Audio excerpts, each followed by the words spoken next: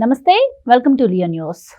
ఆంధ్రప్రదేశ్లో భారీగా పడిన వర్షాలు వరదల వల్ల మొన్నటి వరకు విజయవాడ ఎంత అతలాకుతలమైందో మనం చూసాము. ఇక ఏలేరు రిజర్వాయర్ వల్ల పిఠాపురంలో కొన్ని గ్రామాలైతే నీట మునిగాయి. దీన్ని ఇప్పుడు అక్కడ పవన్ కళ్యాణ్ గారు వెళ్ళి మరి పరామర్శించడం, బాధితులకు కావాల్సిన సహాయ సహకారాలు అయితే అందిస్తున్న పరిస్థితి. ఈ నేపథ్యంలో అక్కడ ఈరోజు జగన్మోహన్ రెడ్డి పర్యటించారు. ఆయన అయితే కొన్ని వ్యాఖ్యలు అయితే చేయడం జరిగింది. ఈ ఏలేరు రిజర్వాయర్ ఏదైతే ఉందో ఇది వైఎస్ రాజశేఖర రెడ్డి హయాంలో పనులు ప్రారంభించారని, ఆ తర్వాత చంద్రబాబు గారు వచ్చి దాన్ని నిలిపివేశారని అంటున్నారు. మరి ఈయన హయాంలో కూడా మరి నేను 150 కోట్లు అయితే రిజర్వాయర్ కోసం కేటాయించాను అనేది చెప్పడం జరుగుతుంది. మరోపక్క చూస్తే టీడీపీ చంద్రబాబు గారు రిజర్వాయర్కి పునాది వేశారు. అలాగే కాంట్రాక్ట్ కూడా ఇచ్చి కాంట్రాక్ట్ పనులు స్టార్ట్ అవుతున్న టైంలో మరి ప్రభుత్వం మారడం వల్ల ఈ రిజర్వాయర్ ఆగిపోయింది అని చెప్పి ప్రచారం చేసుకుంటున్న పరిస్థితి. మరి అసలు ఓవరాల్గా ఏలేరు పాపం ఎవరిది? ఈ విషయం తెలుసుకుందాం. మనతో పాటు ఉన్నారు senior political journalist TV Srinivas గారు. సార్ నమస్కారం. సార్ నమస్తే అమ్మా. సో ఈరోజు జగన్మోహన్ రెడ్డి పిఠాపురంలోని ఏలేరుకు వెళ్ళారు. సో అక్కడ బాధితులను పరామర్శించడానికి వెళ్ళినప్పుడు అక్కడ వాళ్ళు అంటే గో బ్యాక్ అంటూ ఎదురు తిరిగిన పరిస్థితి అయితే మనం చూస్తున్నాము. అండ్ ఇక్కడ చాలా సోషల్ మీడియాలో కూడా ట్రెండ్ అవుతుంది ఏంటి అంటే, జగన్మోహన్ రెడ్డి సీఎంగా ఉన్నప్పుడు కొన్ని వ్యాఖ్యలు చేశారు. ఏలేరుకు నేను ఇన్ని కోట్లు ఇచ్చాను, ఆధునీకరణ కోసం అన్ని కోట్లు ఇచ్చాను అని చెప్పి. ఇప్పుడు చేసింది ఏమీ లేకపోవడం వల్ల ఇప్పుడు ఎలా అయింది అని చెప్పి ట్రోల్ అవుతున్న పరిస్థితి. మరి చంద్రబాబు గారు కూడా నేను ఏలేరు రిజర్వాయర్కి కేటాయించాను కొంతమంది, కాంట్రాక్ట్ కూడా వచ్చింది, వీళ్ళు చేసిన రివర్స్ టెండరింగ్ వల్ల ఈ పనులన్నీ ఆగిపోయాయి అని చెప్పి కూడా టీడీపీ కూటమి ప్రభుత్వం చెప్తోంది. సో ఇందులో ఎవరిది రైట్ అంటారు, ఎవరిది రాంగ్ అంటారు? అసలు ఈ పాపం ఎవరిది అంటారు, ఏం చెప్తారు? 300 కోట్లు ఇవ్వలేదు, 30 గంటలు పడ్డాయి. మనం చూసాం బుడమేరులో కూడా అంతే, 300 కోట్లు ఇవ్వలేదు, 10 గంటలు పడ్డాయి. ఎక్కడ? బుడమేరులో 60,000 క్యూసెక్కులు కొట్టింది. 60,000 క్యూసెక్కులు ఈ 10 గంటలలో బెజవాడని ముంచేసింది. ఇవాళ 3 లక్షల మంది అక్కడ వరద బాధితులు, 90,000 ఇళ్ళు నీట మునిగాయి. 10 రోజులు పట్టింది. ఏది? వరద మీద యుద్ధం మొత్తం, అసలు యంత్రాంగం అంతా విజయవాడలోనే. అది తేరుకునే లోపు ఇప్పుడు ఇది ఏది? ఏలేరు బీభత్సం. ఏలేరు బీభత్సం ఇవాళ మరి 207 గ్రామాలు మునిగిపోయాయి. అసలు 68 గ్రామాలు, 20 మండలాల్లో 68 గ్రామాలు అతలాకుతలమైపోయాయి. ఏలేరు, బుడమేరు ఈ రెండిటి పాపం, ఈ శాపం జగన్మోహన్ రెడ్డి వల్లే. ఎందుకంటే 3 నెలలే అయింది చంద్రబాబు ప్రభుత్వం వచ్చి. దీనిలో చంద్రబాబుని బ్లేమ్ చేసేదేమీ లేదు. 5 ఏళ్ళు జగన్మోహన్ రెడ్డి ఏ విధంగా కనీసం 300 కోట్లు ఇవ్వడానికి చేతులు రాలేదంటే, అటు బుడమేరుకు కానీ ఇటు ఏలేరుకు కానీ. అదే మరి జగన్మోహన్ రెడ్డి ఎన్ని వేల కోట్లు దుర్వినియోగం చేశాడు ఆయన విలాసాలకి. అతను మనం చూసాం, ఏది? ఋషికొండ ప్యాలెస్ 450 కోట్లు, దానిలో సగం ఇస్తే బుడమేరు ఇవాళ ఈ బీభత్సం జరిగేదా? దానిలో సగం ఇస్తే ఏలేరు ఇవాళ ఈ 30 గంటలు పడేయా? పోనీ ఆయన పత్రిక ఇచ్చుకున్న యాడ్స్, అరే ఒక్కొక్క బటన్ నొక్కుతున్నావు, ఒక యాడ్ కొట్టేసుకుంటున్నావు అంటే యాడ్ల కోసమే బటన్స్ నొక్కాడని కదా. 650 కోట్లు నీ పేపర్ యాడ్స్కి ఇచ్చుకున్నావే, అందులో సగం ఇస్తే చెరు సగం సరిపోయేది. ఆ 650 కోట్లతో ఇప్పుడు ఈ బుడమేరు జరిగేది కాదు, అటు ఆ ఏలేరు జరిగేది కాదనమాట. ఇప్పుడు నువ్వు ఏలేరు పాపం ఎవరిది అడిగావు. దాన్ని ఎలా చూడాలంటే, విభజన ముందు, విభజన తర్వాత. రాష్ట్ర విభజనకు ముందు ఇప్పుడు ఇదంతా గోదావరి ఆధునీకరణ కిందకు వస్తుంది, మోడర్నైజేషన్ ఆఫ్ గోదావరి. బుడమేరు వేరు, అదేంటి? అది మోడర్నైజేషన్ ఆఫ్ కృష్ణా కిందకు వస్తుంది. అది కృష్ణా డెల్టా, ఇది గోదావరి డెల్టా కిందకు వస్తుంది. ఇప్పుడు గోదావరి మోడర్నైజేషన్ కింద ఉమ్మడి రాష్ట్రంలో 1,400 కోట్లు ఇచ్చారు. 1,400 కోట్లలో కూడా 2007 నుంచి 2019 దాకా 12 ఏళ్ళు పుష్కరంలో వీళ్ళు ఖర్చు పెట్టింది ఎంత? 700 కోట్లు.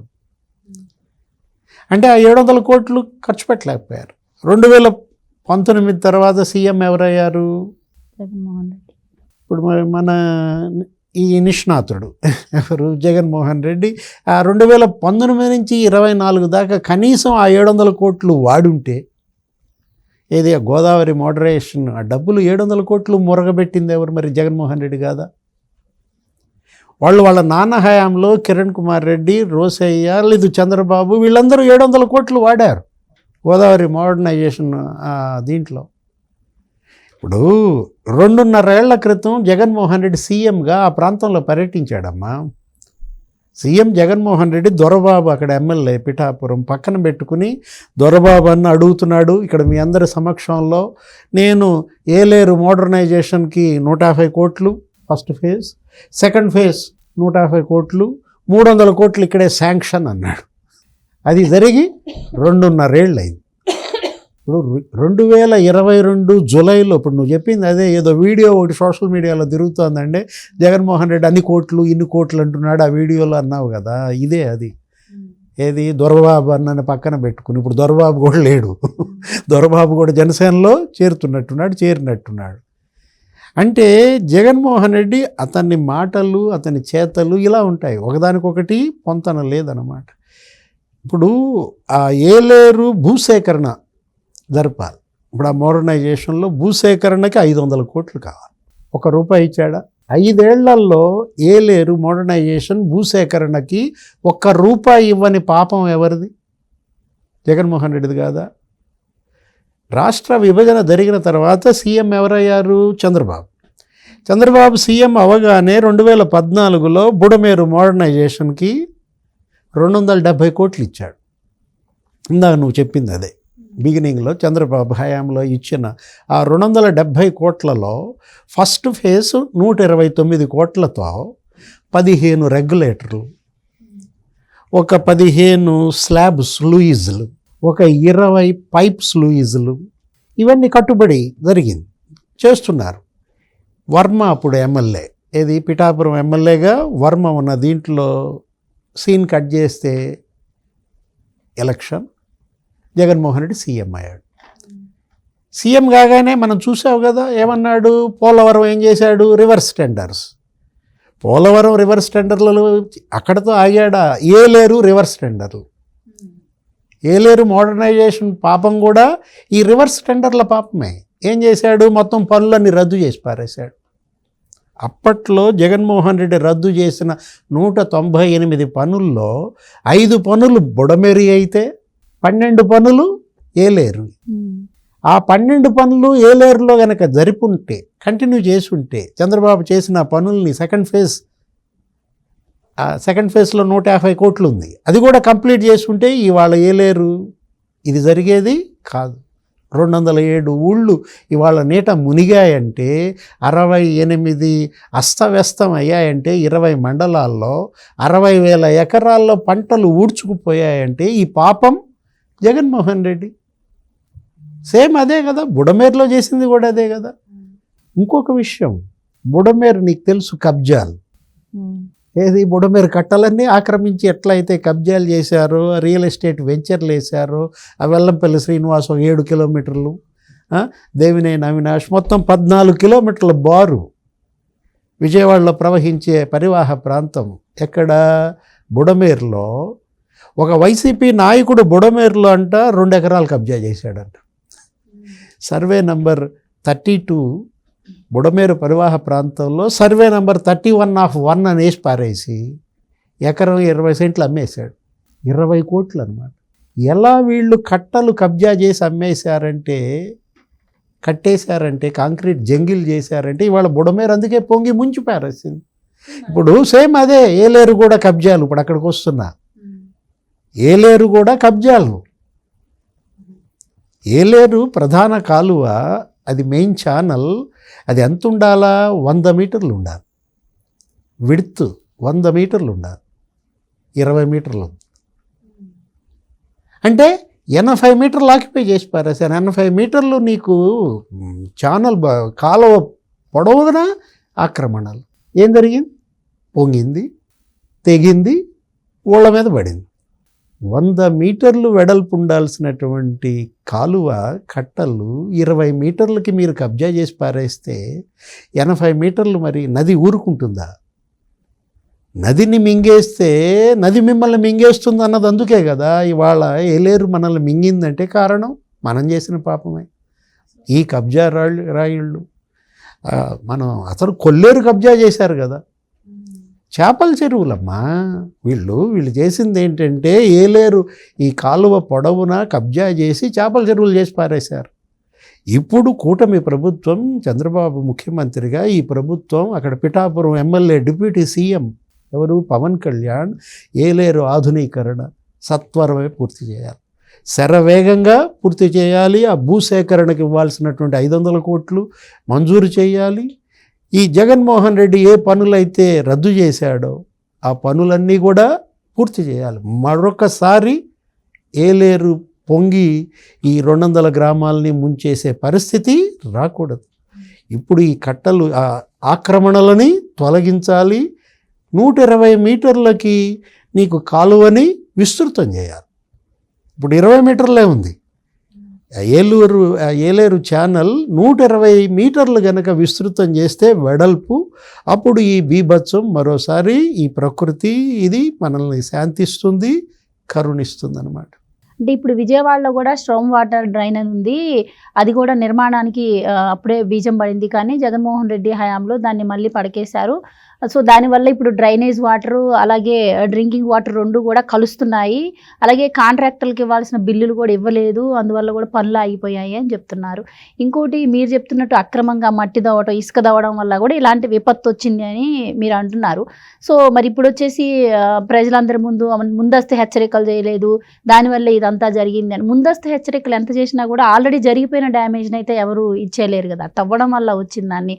సో మొత్తం ఇరిగేషన్ శాఖను మొత్తం అంటే గాలికి వదిలేసిందనే చెప్పుకోవచ్చు వైసీపీ. అంటే ఇప్పుడు రాష్ట్రంలో జరిగిన అవినీతి మీద ఎలా దృష్టి పెడుతున్నారో, ఈ రిజర్వాయర్లు, ఈ గట్లు, వీటన్నింటి దగ్గర కూడా మళ్ళీ మొత్తం అంతా పరిశీలించి ఆధునీకరణ చేపట్టాల్సిన అవసరం ఉందంట. ప్రక్షాళన జరగాలి, జలవనరుల శాఖని ప్రక్షాళన చేయాలి. మొత్తం ఆంధ్రప్రదేశ్లో ఉన్నటువంటి జల వనరులన్నింటినీ కూడా పటిష్టం చేయాలి. కాలువ కట్టలు పటిష్టం చేయాలి, మోడర్నైజేషన్ పనులు పూర్తి చేయాలి, ఆక్రమణలను యుద్ధ ప్రాతిపదికన తొలగించాలి, కబ్జా రాయుళ్ల భరతం పట్టాలి, ఆ చేపల చెరువులన్నీ ధ్వంసం చేయాలి. ఇప్పుడు ఏలేరు ఏ ముఖం పెట్టుకుని జగన్మోహన్ రెడ్డి వెళ్ళాడు? ఏ ముఖం పెట్టుకుని జగన్మోహన్ రెడ్డి వాళ్ళు ఏలేరులో పర్యటించాడు? వాళ్ళు మనం చూసాం. కనీసం అతను పర్యటిస్తుంటే లెక్క పెట్టా ఎన్ని మోటార్ సైకిళ్ళు ఉన్నాయా అని. 9 మోటార్ సైకిళ్ళు, ఒక దాని మీద 3 ఉన్నారు, 8 మీద 2 ఉన్నారు. అంటే 19 మంది పక్కన, ఆయన పక్కన ఒక 2 నడుచుకుంటూ వస్తున్నారు. 21 మంది, 9 మోటార్ సైకిళ్ళు, 21 మందిని వేసుకుని ట్రాక్టర్ మీద అతను వెళ్తున్నాడు. వాళ్ళు రమ్మన్న చోటుకి వెళ్ళటంలా, రండి మా ఇళ్ళు చూద్దరు, ఇక్కడ మునిగిపోయామంటే అటు వెళ్ళటం లేదు. జగన్మోహన్ రెడ్డి ఇవాళ అతను చేసిన పాపం ఇవాళ చూసి తనివి తీరా సంతోషంగా నవ్వుకుందామని వెళ్ళాడా అనిపిస్తుంది. నువ్వు చేసిన పాపం, నువ్వు సృష్టించిన విధ్వంసం ఏ ముఖం పెట్టుకుని ఈరోజు ఆ పర్యటన ఆ ప్రాంతంలో చేశాడనేది వాళ్ళు నిలదీస్తున్నారు. మహిళలంతా సీరియస్ అవుతున్నారు. ఏది అసలు వెళ్ళాల్సిన మండలం వెళ్ళాల, అతను వెళ్ళాల్సింది గొల్లప్రోలు మండలం. అతను వెళ్ళాల్సిందే ఆ రోజు దొరబాబును పక్కన పెట్టుకుని ప్రకటించిన సభా వేదిక దగ్గరికి వెళ్ళి దొరబాబుని అడిగాడు.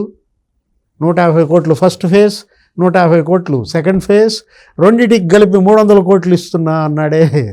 ఒక పైసా ఇవ్వలేదు. కాబట్టి ఆ వేదిక దగ్గర అక్కడ క్షమించమని చెంపలేసుకోవాలి.